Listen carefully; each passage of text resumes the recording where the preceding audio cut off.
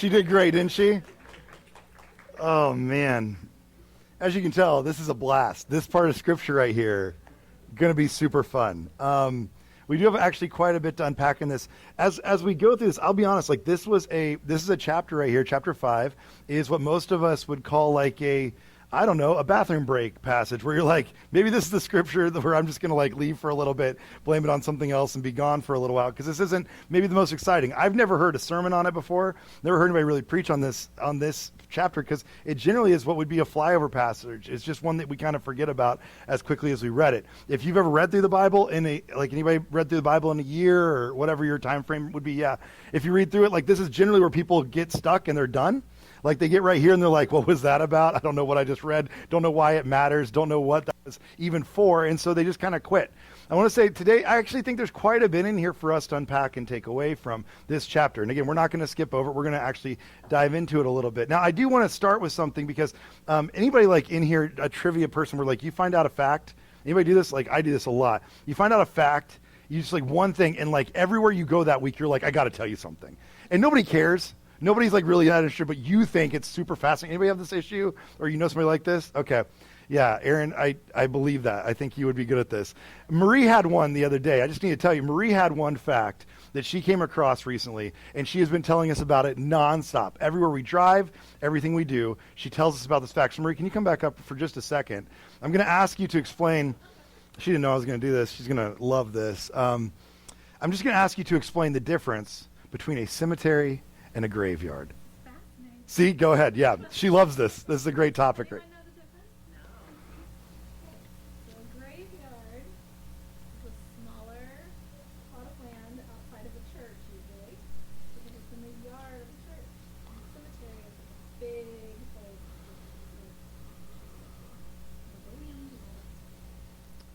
There you go. There you go.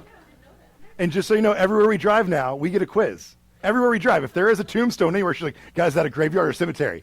My kids, they're homeschooled, and this is probably the main thing they will know. Like, they will leave our house. They won't know how to do, like, long division, but they will know how to tell the difference between a graveyard and a cemetery because we do the important stuff. And so they've got an A in graveyards and cemetery class. They're doing really good at this. Now, here's the thing. I will tell you, we've been in a few different places, and it's very weird to me because one of the things that we've put on our agenda at times when we're traveling different places, going different areas, is we stop and see tombstones. Anybody ever done this where you go and you see like a famous tombstone? A couple years ago, we were in Liverpool. We stopped and saw this tombstone, which is very famous, not because of the name at the top, actually the name in the middle. This is the tombstone of Eleanor Rigby. Anybody ever heard that name before? Yeah, this is where she's buried. And she's buried in not a cemetery, guys. She's buried in a graveyard. This is a graveyard. She's outside of a church, and as Paul McCartney saw at one point, thought this could be an interesting title for a song or name in a song, he used this Eleanor Rigby character that he kind of made up, fabricated from this tombstone. And so as you walk into the church, there'd be this tombstone. Now, other places we went, we've been in New York recently, and in New York, anybody know who this is? He is the Alexander. We are meant to be. This is Alexander Hamilton. And so Alexander Hamilton's grave, people stop from all over the world to come see Alexander Hamilton's grave now because it's outside of Trinity Church, which is mentioned in the musical. It's mentioned that he would be there. And so you actually can walk by. His wife is buried next to him. Eliza is also there. Some of the other Schuyler sisters are in the graveyard. And you can walk around this graveyard. Actually, it's quite a plot. There's all kinds of important people. Isaac Newton is in the area. Like there's all these different famous people as you walk through this. Even not long ago, we were walking through, I will say this was a cemetery, but we were walking through a cemetery plot area on our way to a chapel, and it kind of felt a little bit like this. We were walking into this chapel that was on the grounds of a campus, of a college campus, and my grandparents had already put down kind of a plaque there. My grandmother has not passed, my grandfather has, and my grandmother is 101 years old and still kicking. Still driving herself places, which is not going great. But she lives in a town of literally 45 people. They all know each other. And she knows that every day at 2 p.m. is the best time to drive to the grocery because nobody else is on the roads. And I think at this point, everybody else has stayed off the roads at 2 p.m. because that's when they know she drives. And so they've had this little plot put together there, right? You walk through these places. And what's interesting is as you walk into, many of these are located as a graveyard. And the graveyard's kind of an interesting concept because as you go places, you want to see these things, and you walk into a church, but you pass through a lot of death as you start to get into life, right? Like you were walking through a lot of dead places as you go into this sanctuary that's supposed to represent life within it. And it's kind of a weird concept if you think about it, that we would do that we would put graves outside of a church. Like today, we don't do that, right? Instead, we put up like really good parking signs, and we put up like, big banners about the church. And if we could, and some places do, they put up the big guy that blows in the wind from the used car dealership down the road because we want your attention. We want you to come to the church because we want you to see it. We want you to like drive by it. We need the marketing appeal on the outside. But for many, many years, the church did not put up the marketing signs. The signs they put up were those that had gone before us, those that had passed on. They marked the memory of those people because there's something important about memorializing these memories. There's something about these lives that have gone before us and passed on before us that I think are very important for us to understand. And in this chapter, what could be easy for us is for us to just pass right through this, to just walk right past the graveyard into the sanctuary, but we'd miss a lot of history. We'd miss a lot of moments that need to be memorialized, a lot of memories that need to be in there, not just for us, but for our children and our children's children to understand what has happened here. And so I want to just take a second in this chapter to try to slow us down and have a second to look at everything that we just read. There's a lot going on in this chapter, actually more again than I think we would normally think. Remember that as we get into this matters to us. This isn't just moments and memories. These matter to us. Remember that as we started this section through Genesis, and I appreciate you guys hanging in there with me for Genesis, because I know it's a heavy lift. Like, it's not the easiest thing to grab a hold of. Hopefully you're like catching on to things. You're starting to see some patterns that you maybe haven't seen before. Today there's even more patterns that will show up. Remember, we started in Genesis 1, perfection, garden. God creates everything. This beautiful poem of everything that's been made and everything that's been good. He says it's all good. And then that second chapter kind of takes it and unpacks it in a different way for us to understand. But we get to Genesis 3, and we have this severing of the relationship between God and man. All that was once perfect is now pain. All that was once good is now broken. It's now been shattered into different pieces. And that shattering comes through this curse that's been put upon mankind. And in the curse, remember this in Genesis 3, verse 15, it said, I will put an enmity between you and the woman. Remember, he's talking about the snake, the serpent, the sin incarnate. I'm going to put this line, this dividing line between you, talking to Eve, the woman, Adam and Eve. You will have a separate line from this snake, from this serpent, from sin incarnate. It's a beast. It's an actual living thing. Those two things will be separated. And it says that you'll have an offspring as well that do not get along. Your offspring will not get along with the snake's offspring. They're not going to be friends anymore. He will crush your head. It's talking about this future leaning offspring someday, and you will strike his heel. You're going to fight each other forever. And so we see the line actually divide. When we get into Genesis chapter 3 and chapter 4, we start to see, remember, there was this line of the serpent, this line of the snake. And what we saw last week was the line that started to come from Cain. Remember, Cain is the one who goes out and kills his brother. He kills Abel. Cain is the one who's a conqueror. He takes things. He absorbs things. He wants things. He acquires them. And as an acquirer, he kills his brother to acquire those things. And so Cain starts his line from there. Cain starts to grow that line. He starts to have offspring. We saw it all last chapter in chapter 4, where it starts to grow from there.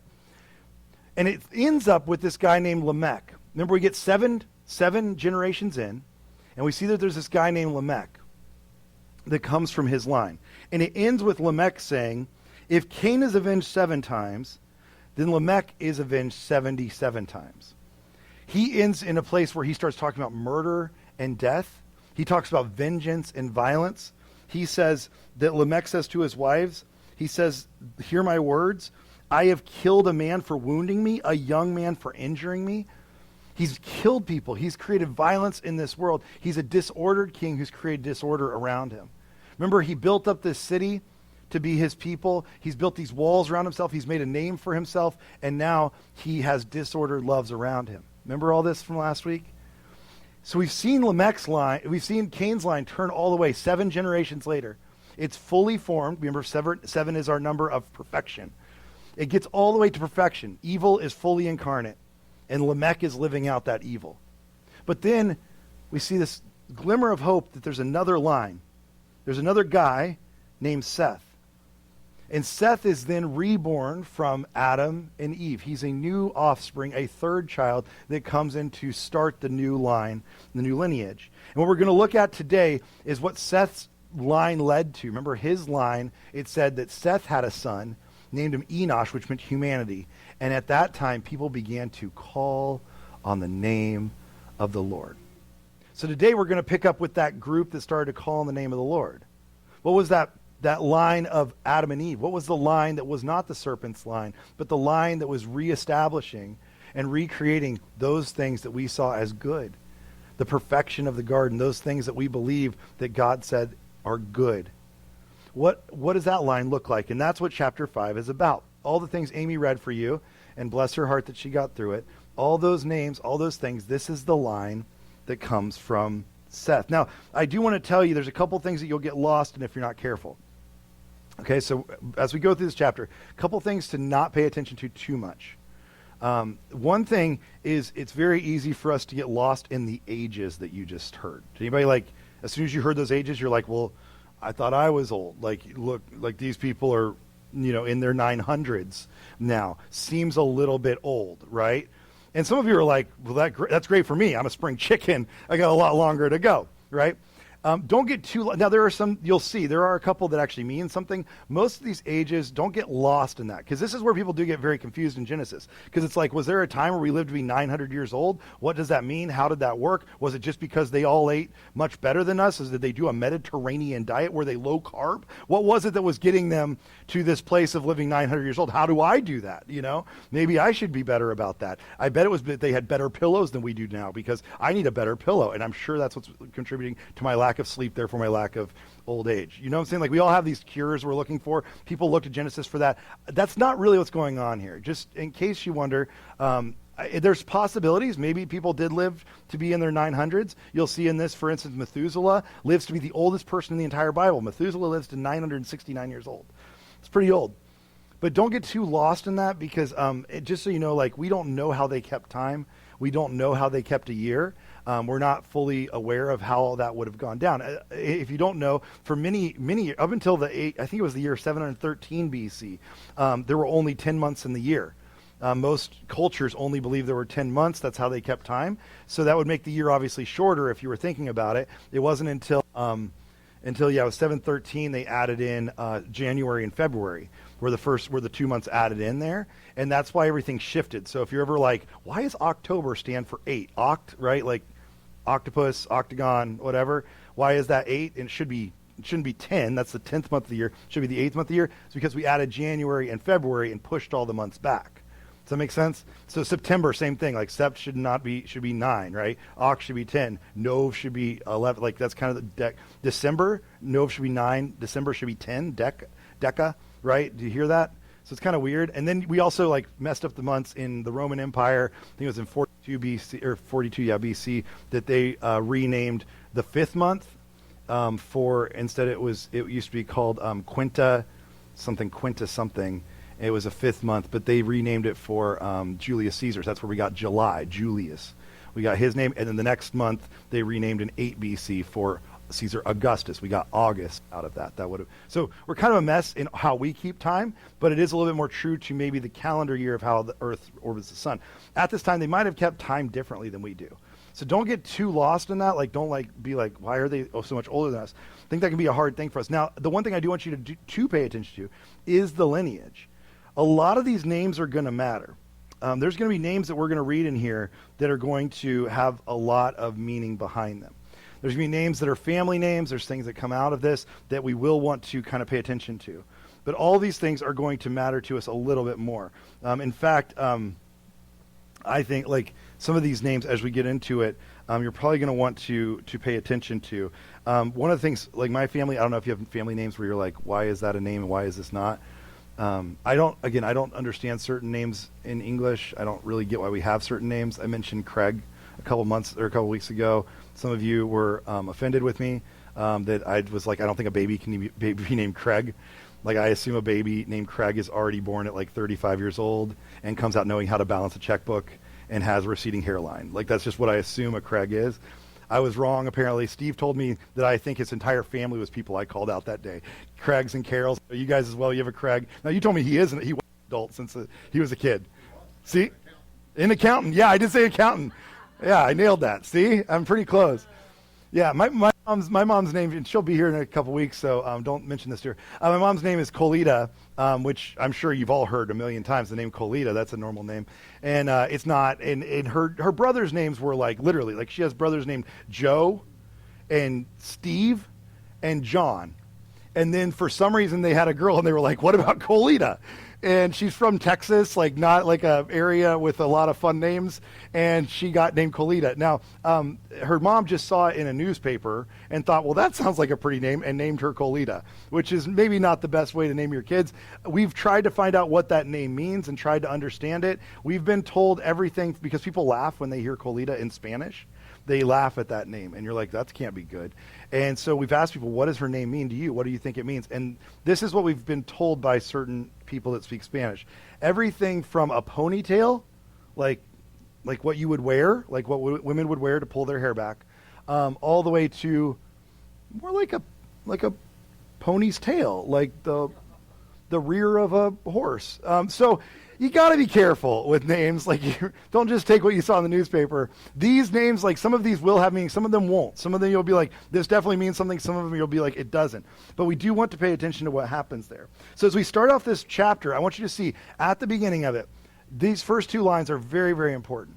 It is written the account of Adam's family line. Remember, this takes us back. Where we were last chapter was the account of Cain's line and what we saw of the serpent's line. We've now gone back, and we now are at the line of Adam, coming from Adam and Eve directly, which is very, very important, because what God does here is he is rewinding the story. Now, he's not fully removing the story. He's not going back and saying that story doesn't matter. He's not trying to clear out. Cain still lives. Lamech still lives. All those people are still alive. There's still evil on this earth. He doesn't go back and say, let's erase it. Instead, he says, let's redeem it. So he goes back to redeem this story. And it says that now there is the account of Adam's family line. When God created mankind, he made them in the likeness of God. They're reminding us of Genesis 1. He made them in the likeness. Now remember, in Genesis 1, it said that he created the male and female, and he blessed them. Remember, that's also here. It says he created, verse 2, created them male and female and blessed them. And he named them mankind when they were created. That means Adam is the name there.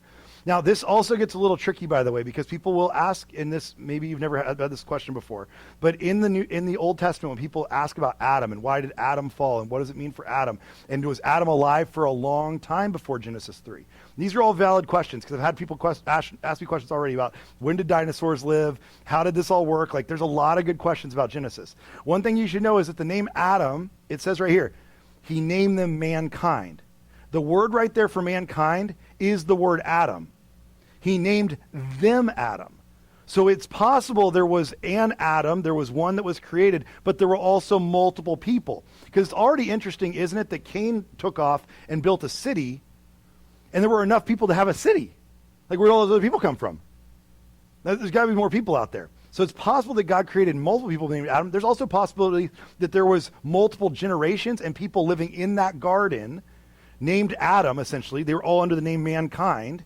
They were all living in that garden until this first sin took place. Does that kind of make sense? I know this is weird stuff, but just so you know, that's like why there's some discrepancies here. We don't know all the story there. He creates them and he says they were mankind, Adam and Eve. They were created in his image. But what's important is that he says in this passage that they were made in the image and the likeness of God. Image and likeness have these deep, deep running words. In the Hebrew, the words for image and likeness are these words that mean not just that we were created similar to, but the word image, Salem, means that we were created identically looking like. This is a statue of the God that created us. We look exactly like him. Now, the second part's interesting because it means likeness, which actually means more of an action. You also act as though you are part of this. It's not just the way you look, it's the way you act. So there's an image of how we were created, but there's also a likeness where you actually act or can have the potential to act like God would have you act. There's a part of you that can actually do that thing. Now, this to me matters a lot for three reasons, and we're going to kind of walk through this as we go through this chapter. I will tell you, some of you know this, I got an A+. We'd call it an AA in my alliteration class in college. When you learn to preach, you have to learn alliteration. Everything should be 3 H's, 3 R's to a better marriage, 3 C's to financial literacy, whatever it might be. I got an A+ in my alliteration class. I'm very good at alliteration. And you'll notice it today. It'll come out. And again, it's not an A+.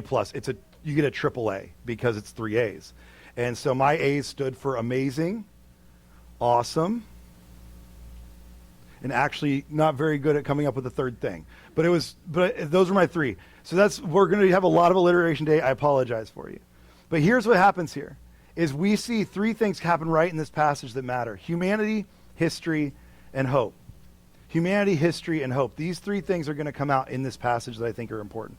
First is humanity, because what happens here is in this passage, there is a restoration of humanity that happens here. Humanity has gone a long way off its path. It's gone a long way from Genesis 1 to Genesis 5. We've seen a lot of death and destruction. We've seen a lot of dehumanization of what we were created to be. And this restores that. Notice that it's in the image and the likeness of God. We're back to being the image and the likeness. Again, it doesn't remove those things, but it restores those things instead. As humanity, we are the image and we are the likeness of God.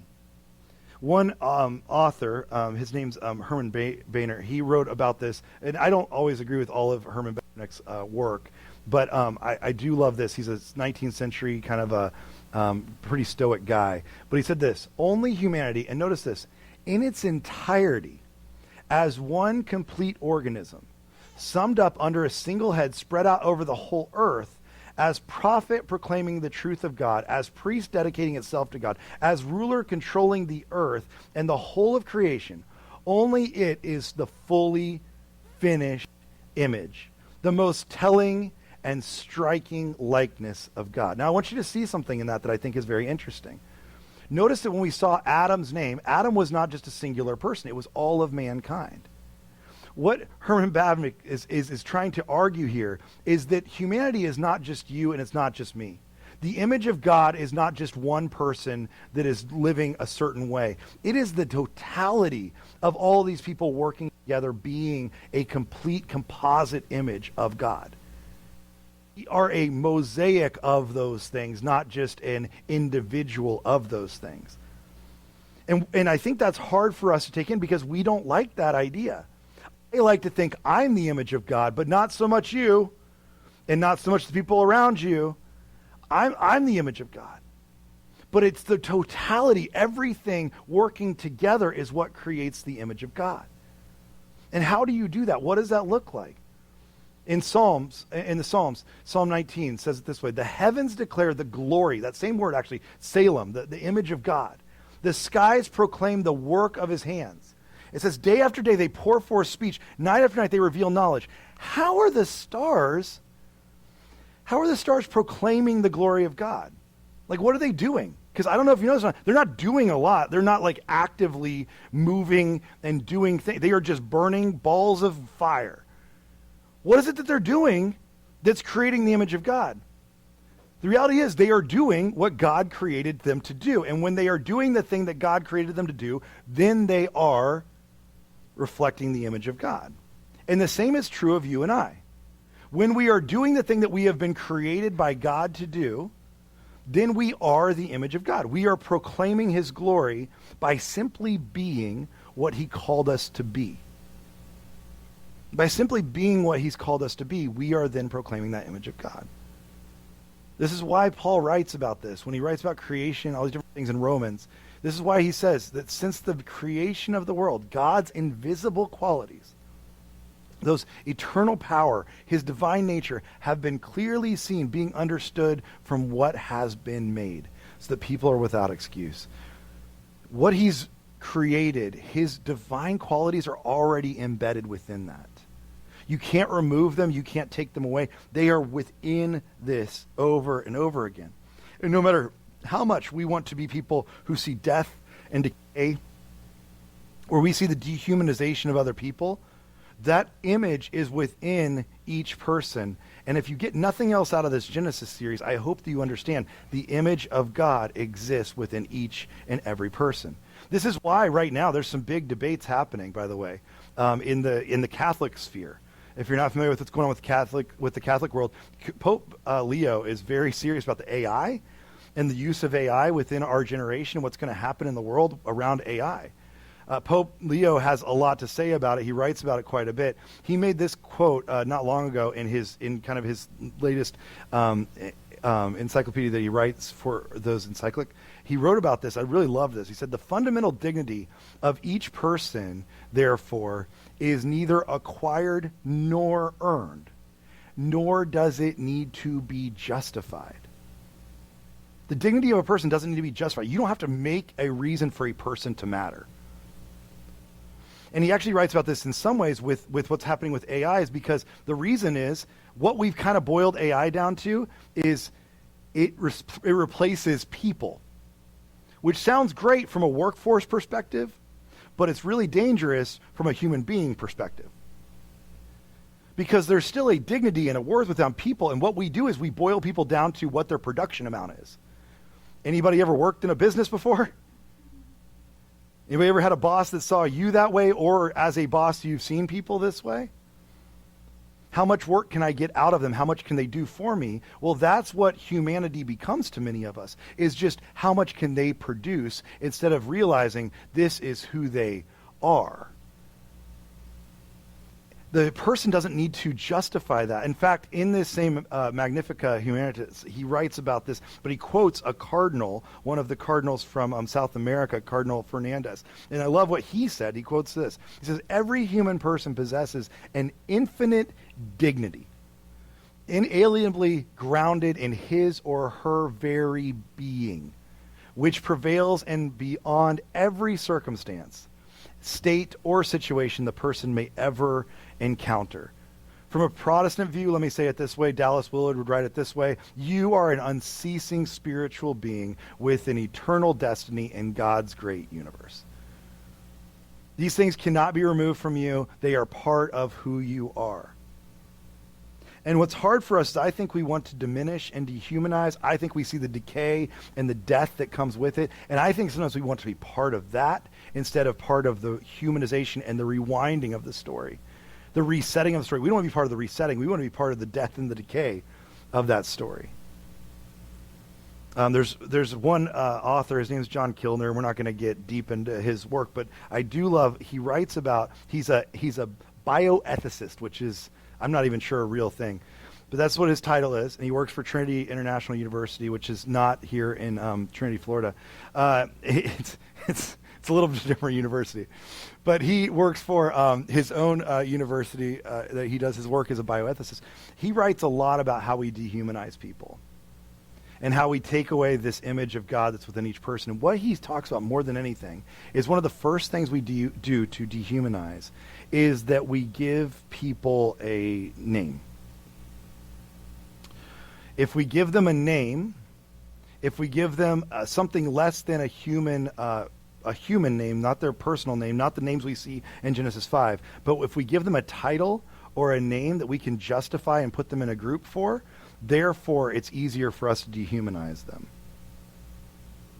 It's easier for me and for you to do this. Let me just give you an example. Elie Wiesel, who was in Auschwitz and different concentration camps. He wrote 57 different books. A few of them are really fantastic, of his own biography. This is what he said when he became a prisoner in the concentration camp at Auschwitz. He said, I became a 7713.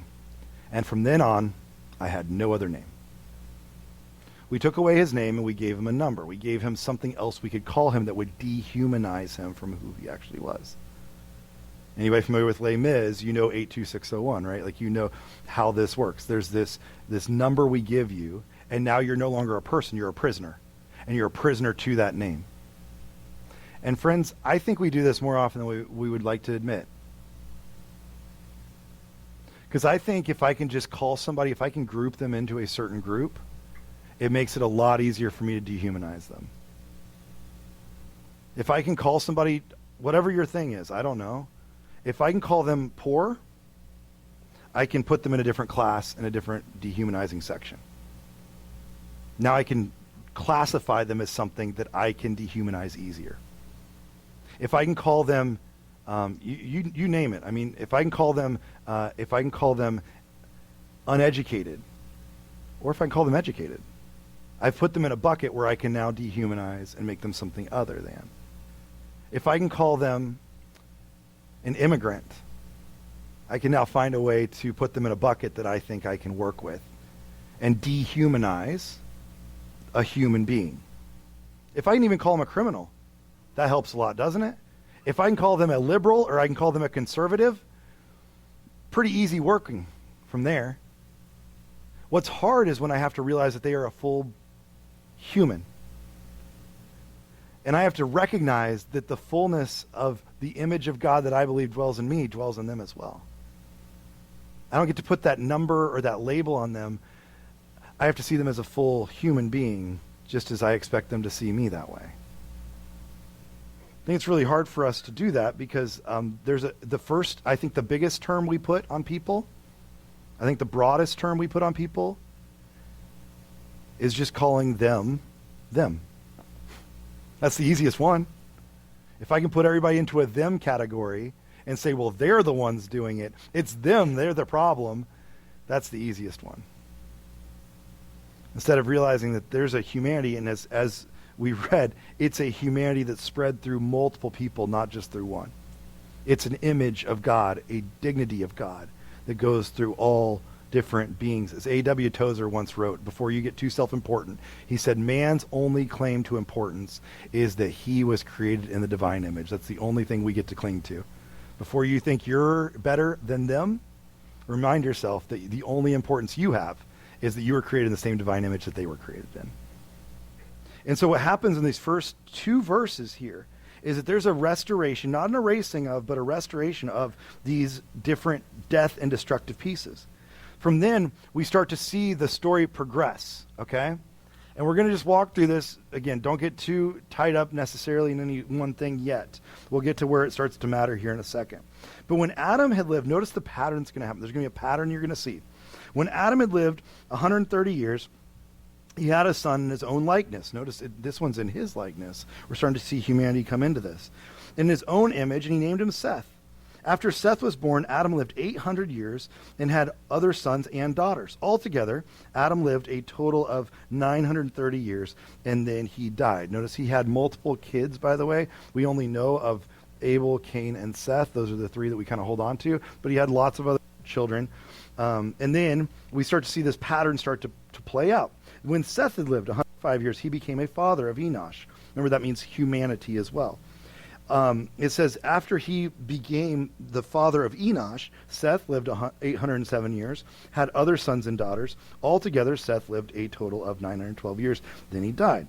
When Enosh had lived 90 years, he became the father of Kenan. After he became the father of Kenan, Enosh lived 815 years, had other sons and daughters. Although Enosh lived a total of, Enosh lived a total of 905 years, and then he died. When Kenan lived 70 years, he became the father of Mahalalel. And after he became the father of Mahalalel, Kenan lived 840 years, had other sons and daughters. Altogether, Kenan lived a total of 910 years, then he died. When Mahalalel had lived 65 years, he became the father of Jared. After he became the father of Jared, Mahalalel lived 830 years and had other sons and daughters. Altogether, Mahalalel lived a total of 895 years, then he died. When Jared had lived 162 years, he became the father of Enoch. After he became the father of Enoch, Jared lived 800 years and had other sons and daughters. Altogether, Jared lived a total of 962 years, and then he died. This is the history that we want to look at here. Notice that there is an incredible amount of history that's happening right in front of us. There's this pattern that's taking place over and over again, and it can feel a little bit repetitive. Now, it's actually an important thing to understand. There's other ways that other cultures use this same type of pattern to tell a story. One is the most popular is the Sumerian king. This is called the Sumerian king list. This sits, actually today it's sitting in Oxford University, but this is the Sumerian king list. It reads almost identical to this list that we just read in Genesis 5 as far as the pattern and the structure of it. Now, the only difference in what's important to know about it is in that pattern and structure, what this Sumerian king list is trying to tell us is it starts off with how the kings themselves descended from heaven, and the kings then started their royal reign. And it starts to talk about how each king then had the next king and the next king. Now, their numbers are even crazier. If you think these people live a long time, the Sumerian kings live anywhere from 28,000 years up to about 200,000 years. So I don't know when Medicaid kicks in at 200,000 years or like when you're in that, but it's like somewhere in there you're getting ARP magazine or whatever. But you're there for a long time, right? So these kings were lived for a long time. Now, the goal of this was not actually to tell us much how they would live or die. The goal of the Sumerian king one was to tell us about how the kings ruled and reigned and how they really never died. They were always better than, they had more than the person, that there was almost a mythology to what they were trying to do. As they were trying to create this mythology, there's a lot of differences into what we see here. Now, I will say one interesting thing about the Sumerian king one, by the way, is they lived a lot longer, but at the end of it, it started with them coming a little different. They lived a lot longer, but both stories do end with a flood, which is just interesting. That's also mentioned in the Sumerian king story, that at the end of that, there is also a flood. Both of them look at a flood as the end of their story. But as this happens, it's not the similarities of those two stories that were interesting. It's more the differences. Because while the Sumerian kings are trying to create almost a mythic understanding, this one is very much creating a very mortal understanding. Notice that every single one of them, until we get to Enoch, like they live, they have kids, and then what happens? They die. This isn't a story of those who are great. It's actually a story of those who are pretty normal, like pretty average people. That's what we're experiencing here. And there is a true history of understanding that there's a mortality and almost just an honestness about the not just the greatness of these people, but actually the mortality and the history of the negative things about people. See, I think having a history, and maybe I'm wrong about this, I think having a history like this is actually a privilege. Like, I mean, have you ever watched like the Jason Bourne movies? Where you watch a guy and he starts off his life and he, like at the beginning of the movie, and he's like, I have no idea who I am or where I'm from. I don't know what's going on here. And you're like, but you're Matt Damon and you're very handsome and you're doing just fine, I think. Like, you'll figure it out, buddy. I don't feel too bad for you, right? But there is a part of you that's a little bit of compassionate because you're like, it would be hard to not know anything about where you came from. Maybe you have this experience. Maybe some of you grew up in a different type of, in a lifestyle where maybe you didn't know your parents or you didn't know your grandparents, or whatever it might be, and that's fine. But there's almost a luxury to having a history. Knowing where you came from, because it's not just the good stuff, it's actually the bad stuff you kind of want to know. The mortality of these people is more important than the mythology of these people, I would say. I think it's a luxury to have this. Frederick Douglass, when he was writing one of his biography, Frederick Douglass was a slave. He grew up a slave. And he said this about his own history. He said, I have no accurate knowledge of my age. I've never seen an authentic record containing it. By far the larger part of the slaves know as little of their ages as a horse knows of theirs. And it's the wish of most masters within my knowledge to keep their slaves thus ignorant. They don't want you to know your past. I do not remember to have ever met a slave who could tell of his birthday. Your history was removed, like it was taken from you. And I think that that was something that was a luxury to have. It was a good thing to have your history. And let me just say it from this point of view, because I think it's great to have your history. If you have a great lineage, that's fantastic. But not all of us do, right? And I'll just tell you, I'm right now, I'm 42 years old. 42, which is, by the way, again, in terms of Genesis, I'm very young. I'm feeling great. I've been feeling better about myself since reading this. Like, I've been like, man, my knees don't hurt near as bad as I thought they did, you know? Got a lot longer to go. But at 42, let me just, to put cards on the table, it's the same age my dad died. He was 42 when he died. And it raises question. Anybody had that experience where you're now the age that your parents were when they died? Or you've passed that age? And it messes with you. Because you don't have a blueprint. You don't have a roadmap. What do I do past this? I don't actually know. I didn't see it modeled for me. And now I'm not sure what to do with it. And I'll tell you, one of the things that I've found myself doing over the years, and Marie can tell you about some of the dirty and the difficult and some of the hardest conversations I've had in my life with people, where what I want to know is I will sit down with people and say, tell me about my dad, and I don't just want to know good stuff. Because when we memorialize people, we want to only tell you the good things. But this actually tells us these were mortals. They were not something better than. They lived and they died. There were good things and there were bad things. And I think it's a luxury. I think it's a good thing, because I know many of us, we don't want to dive back into that. Some of you come from difficult backgrounds, and it's hard to know because you have parents that were maybe abusive, parents that were maybe not present for you, parents that maybe were not around as much as you would like, whatever your story might be. But I will say, for me, I want to dig back into those things because I don't want to repeat those things.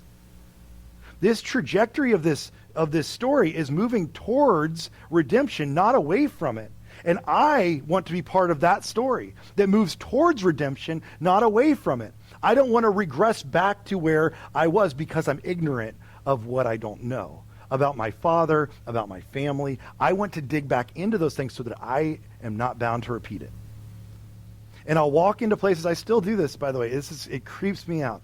There are many churches I can walk into, and I kid you not, people who are my dad's age will walk up to me. You guys have seen it in Town Boulevard in Ohio. I could walk into the church there, and I promise you, I would have people with tears in their eyes as they saw me because I looked so much like my dad.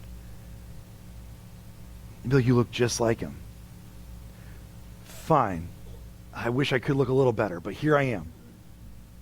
But the thing I wish I could do even more is do a little better. What can I learn, not from looking like him, because I also promise you I have a lot of his tendencies too.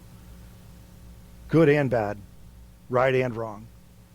What can I learn from that history? Not mythologizing my dad, but seeing him as a mortal. What was that?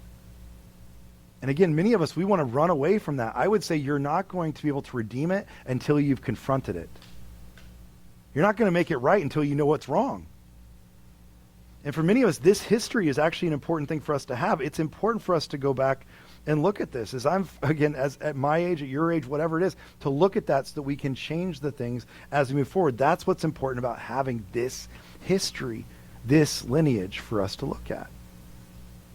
Charles Seifert would say it this way. He was a Dutch theologian, but as he was writing in the early 1900s, Charles Seifert once wrote that a people without knowledge, and maybe you've heard this before, he said, a people without knowledge of their past history, origin, and culture is like a tree without roots.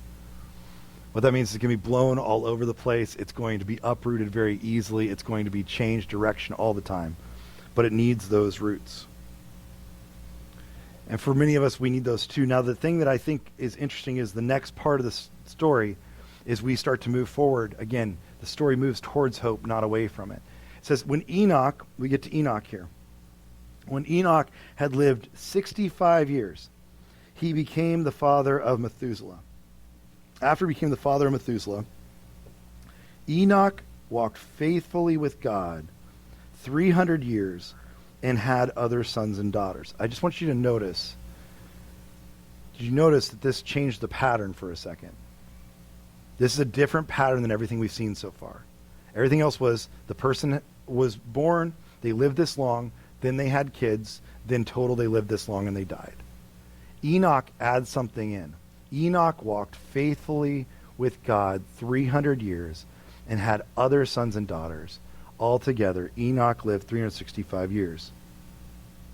Enoch walked faithfully with God, and this is how he dies. It's a different pattern. And then he was no more. Doesn't say he died, because God took him away. Then it goes on from there. It says, when Methuselah had lived 187 years, he became the father of Lamech. After he became the father of Lamech, which that might sound familiar. Remember, Lamech is a name we've seen before. After he became the father of Lamech, Methuselah lived 782 years and had other sons and daughters. Altogether, Methuselah lived 969 years, oldest person in the Bible, and then he died.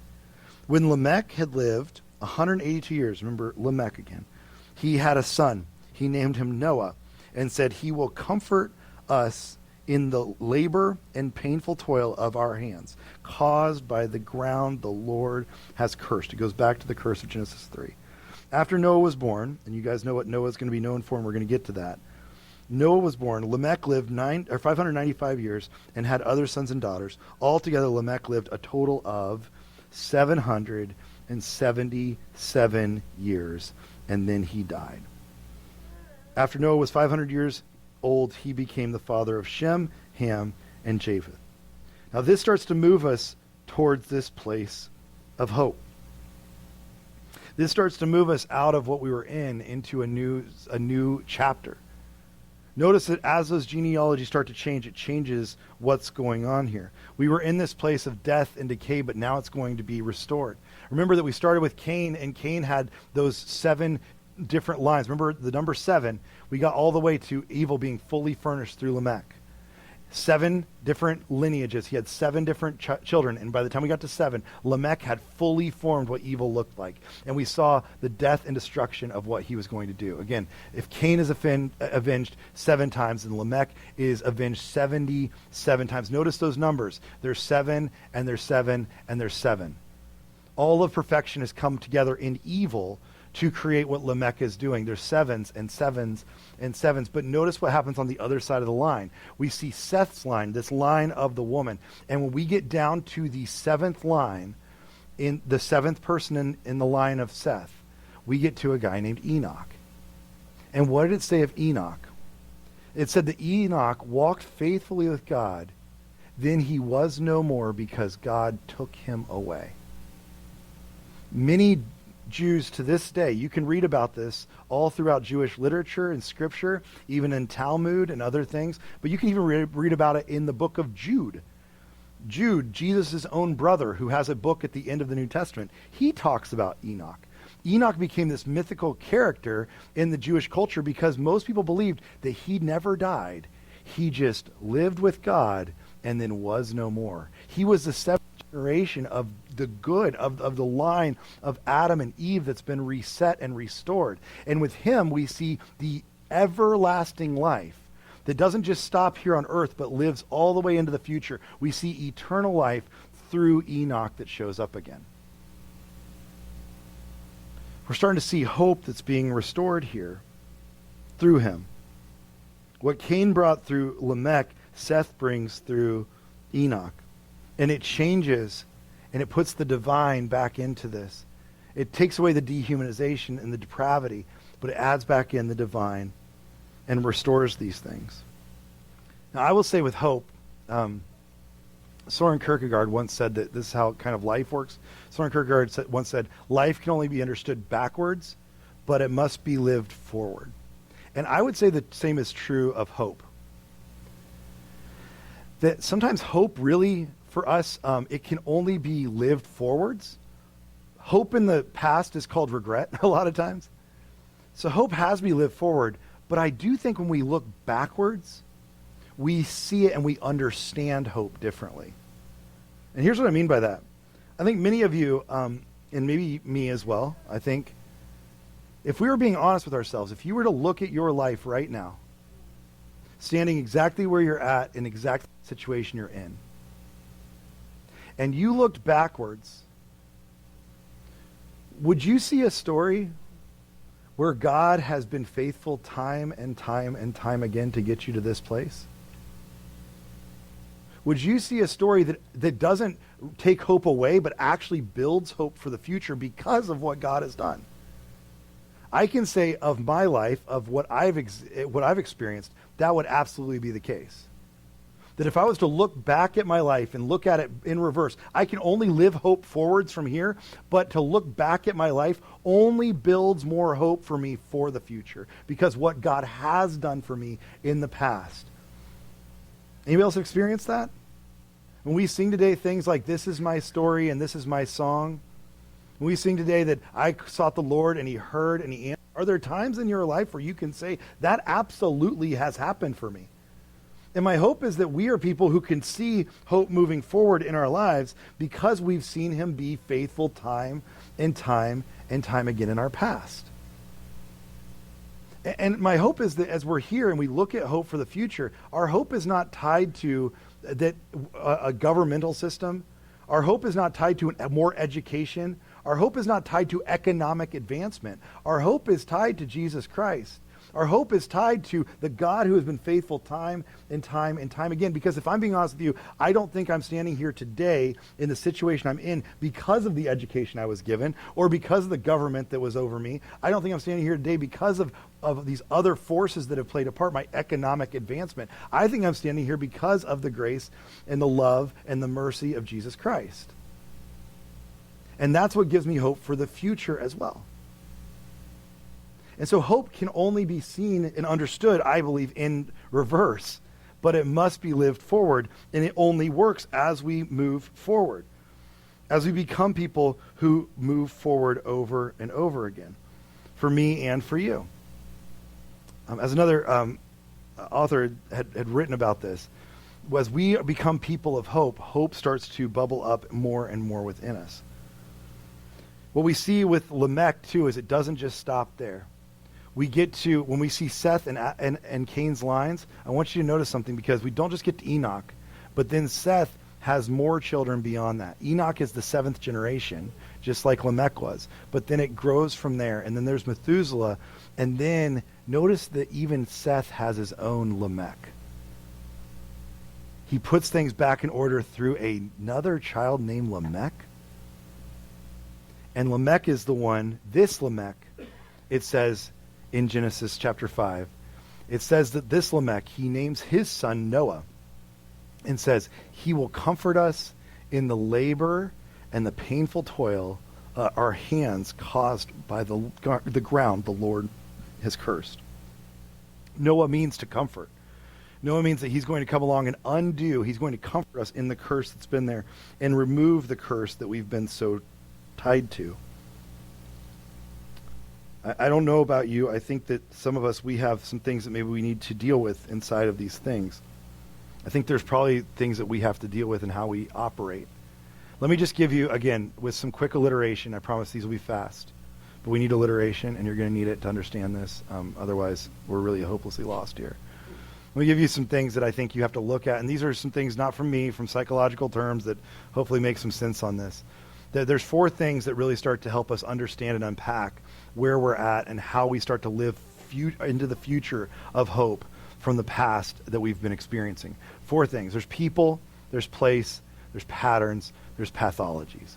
These things are really key. Any psychologist, any counselor, there's some way of these 4 things that you will work through to understand these.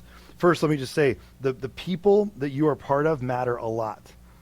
And I'm not just saying that, like, I think that this is family, this is friends, this is people you surround yourself with.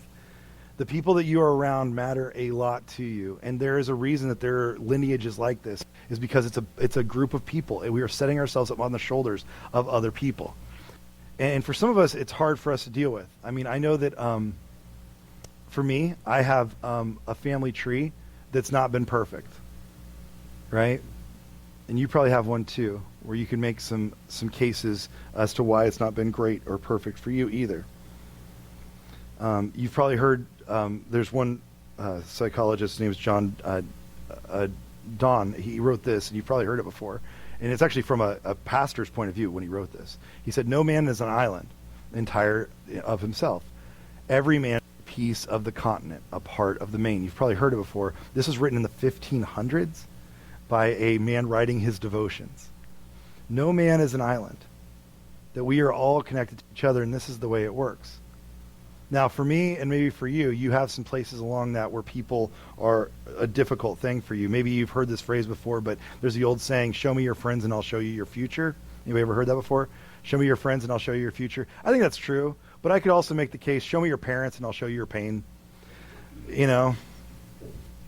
Like, right? I mean, or show me your past. I could probably point some things out. But show me the people you've been around, and I could probably point out to you a few things too. You could too. You could do the same with me.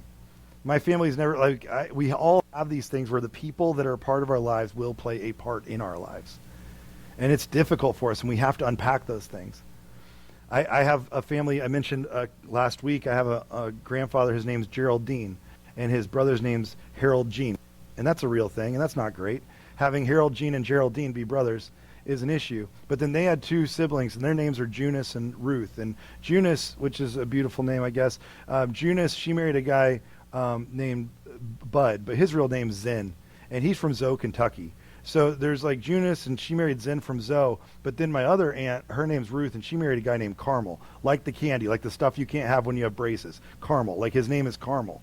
That's his real name as a real human. And Carmel is not bright, not a bright man. He passed away a few years ago. We don't claim Carmel as blood related. He was married in. You know what I'm saying? You know the people like that, right? Where you're like, he married in. We did not invite him to weddings. We didn't want Carmel. Carmel was terrifying. He was just not a bright fella. We actually were just talking about Carmel the other day, because Carmel, one time he told my grandfather that he had to go home and he was going to take a bath. He said, so I got to get home and light the water heater. I got to light the pilot light on the water heater.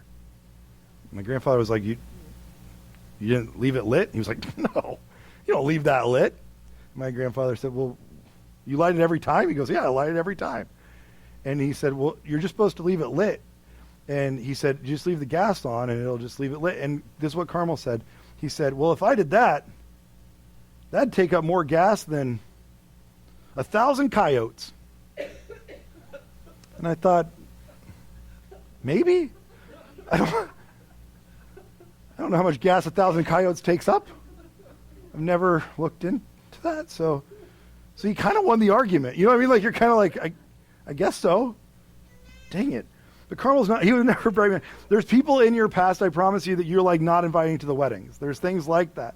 There's people that you're keeping away from these things. That's fine. But you have to recognize those people, the humanity within them, and understand the hurt and the history within it, I believe, so that you're not bound to repeat that. That's why lineages like this matter. They are not mythology. They are mortals, and we have to understand them as such. Then you'll see the second thing is just, your place, where you're located. I think place matters a lot. There's a lot of interesting writings about this. One author, he writes about place, and Wallace Stegner is his name. Wallace Stegner has a series of essays on place and how important places. He says, no place is a place until things have happened in it that are remembered in history, ballads, yarns, legends, or monuments. Fictions serve as well as facts. A place is not a place until people have been born in it, grown up in it, lived in it, known it, died in it, have both experienced and shaped it as individuals, families, neighborhoods, and communities over more than one generation. And this is what he says. American individualism, much celebrated and cherished, has developed without its essential corrective, which is belonging. And having a place where you belong is so important. Many of you are like me. You're not from this area. You didn't come from here. That's fine. I will say a few years ago, I was reading the book The Pastor by Eugene Peterson, and we had started the church just a year or two before that. And we were kind of still new to the area. The church was still kind of getting off the ground. I was asked by a pastor. He said, these were the questions. This is what he asked me. He said, how are things going in the church? I said, well, the church isn't it's not enormous. I think things are going the right way. I said, I don't really know how we're going to sustain some things financially if I stay on full time. We had some conversations about the finances of the church, the size of the church, different things. I'll never forget it. This is a pastor I very much admired. He said, well, do you have your people? I said, what do you mean? He goes, the people you're with, do you love the people you're with? I said, yeah, I love the people I'm with. I love the church that I'm at. He said, do you feel like this is the place God's called you to? I do. I don't feel like I'm supposed to be anywhere else. He goes, well, then you will figure it out on how to stay put. And we've done that ever since. Figured out how to stay put, because there is something about place that I think matters. Putting down roots, staying in a place, in a transient world, this is very important to us, to be a part of a place and to put down those roots to stay there. Third thing, just real quick, is again these patterns. I always wonder about patterns. You grew up in certain patterns that are different than what I grew up in. I hear people talk about things where I don't understand anything that happened in your life. We've had some conversations, some of you in this room, about what you eat and the things that you grew up eating that you thought were normal, and then you met other people and you're like, that wasn't normal. I guess nobody else eats this, right? Katie, we've had these conversations more than once, right? Yeah, there's some peanut butter and what is it? Scrambled egg sandwiches on toast. Peanut butter and scrambled eggs. Tammy literally just said, oh no. That's what she said to you. Oh no. And Katie was like, you guys don't eat this? And it's like, no, I've never eaten that. What are you talking about? Peanut butter and scrambled eggs? No, no, never had this issue before. Like people, you know what I'm talking about? Like you have these patterns. You grew up with them. You don't even recognize them. They are just there and they've stayed with you. I experience, like Marie and I, we have this all the time. There's just things she grew up with that are different than I did. They are there. Now, I'm not saying all of them are bad, but I will say this, that I know myself. I know I have patterns that I've grown up with on the way I interact with people, on the way that I handle other people, the way that I interact even in my job or with my kids. I know there are patterns that I have carried on from people before me that are not great patterns. And I need to be aware of them and dive into them, not run away from them. Carl Jung would say, the famous philosopher Carl Jung would say it this way: autopilot is where dysfunction hides. The pattern you go to when you're not thinking about anything else, that's usually where dysfunction hides. It's just in there because you've just always done it this way. And it may not be great for you. It's good to evaluate those patterns. And the last thing is these pathologies. There are pathologies that are beyond us. They're pathologies. These aren't how you act. These are how you think. The things that live in your brain, the things that make you say, I'm not enough or I am enough, the things that make you dehumanize another person or see the other person as the human that they're supposed to be. These pathologies live on within us, and we have to be aware of these pathologies as well. If you've read The Body Keeps Score, he talks about this a ton in The Body Keeps Score. It's a great book on this, on PTSD and how we all deal with this. But he said, the more early pain and deprivation we've experienced, the more likely we are to interpret other people's actions as being directed against us. That's a pathology. When we experience it as young, we assume it's coming at us. I don't know if you grew up in a household like this with dysfunction, with things that were maybe dystopian a little bit, where you experience this. I know I have. Those patterns are there. We have to be aware of those patterns and these pathologies that we live by. To put this a little bit more simply, in my opinion, is how Richard Rohr says it. I love this. If we do not transform our pain, we will most assuredly transmit it. And we'll hand that down and we'll pass it on. For many of us, we have some real work to do to understand these things. And this is why stories like this matter, because we don't just rush into the sanctuary and into the story of life. We have to walk through these stories of death first and see, how did the generations before us live? What did they do differently? How can we see these moments and memorialize these lives as not just stepping stones to get to the next story, but as an important part of our story that we are trying to rewrite and restore? That we believe God is pushing us towards a place of hope, but we have to be willing to leave behind the things of death and decay and destruction to move into the dignity and the life that he's called us to. We leave behind the gravestones. We walk past the graveyard. We move into those things, but we don't do it without recognizing first the death that we leave at the door and the stories that have gone before us. So as we close today, we're just going to sing for just a second on this exact idea. That God's been faithful to us as we look at the hope of the past, that he will continue to be good to us here in the future. And as we move into the next part of the story, that we don't leave behind this goodness that God has given us. Let's stand together as we close this morning.